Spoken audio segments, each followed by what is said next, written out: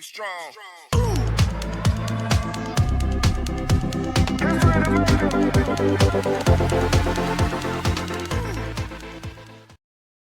Why earthquakes happen. Hi Leah. How are you today? Hi, Alex. I'm good, thanks. How about you? I'm doing well too. I was actually reading about earthquakes earlier today and I was wondering if you know why they happen. I think earthquakes happen when there's a sudden movement in the Earth's crust. That's correct. Do you know what causes this sudden movement? I'm not sure. Is it because of volcanic activity? That's one possibility, but there are other reasons as well. Sometimes earthquakes happen because of the movement of tectonic plates. Have you heard of them? I have, but I'm not sure what they are.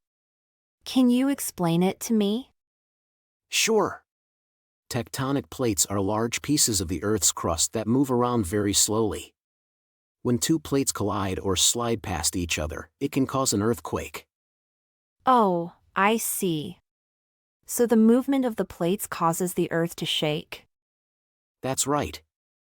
Sometimes the movement is so strong that it can cause buildings and other structures to collapse. That's why it's important to be prepared for earthquakes. How can we prepare for earthquakes? Well, one thing we can do is make sure we have emergency supplies, like food and water, in case we can't leave our home for a few days. It's also important to know what to do during an earthquake, like drop, cover, and hold on. That's good to know. Is there anything we can do to prevent earthquakes from happening?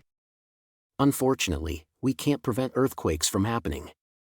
But we can monitor the Earth's activity and try to predict when an earthquake might happen. That way, we can warn people and hopefully reduce the damage it causes. That makes sense. I've heard of seismologists who study earthquakes.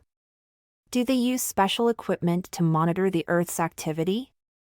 Yes, they use something called a seismograph to measure the Earth's movements. It records the vibrations caused by an earthquake and can help us understand how strong it was and where it happened. That's really interesting. It's amazing how much we can learn about the Earth by studying earthquakes. Yes, it is. And it's also important to remember that earthquakes are a natural phenomenon that have been happening for millions of years. It's just up to us to be prepared and stay safe. Definitely. Thanks for explaining all of this to me, Alex. I feel like I've learned a lot. You're welcome, Leah. It's always good to learn something new. Do you have any other questions about earthquakes? Actually, I do.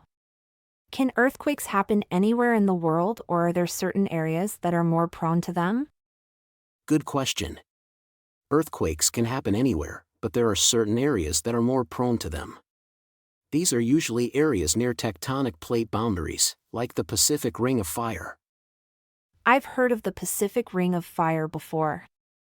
Is it a place where a lot of earthquakes and volcanic eruptions happen? Yes, that's right. The Pacific Ring of Fire is a region around the Pacific Ocean where many of the world's earthquakes and volcanic eruptions occur. It's a very active area because there are several tectonic plates that meet there.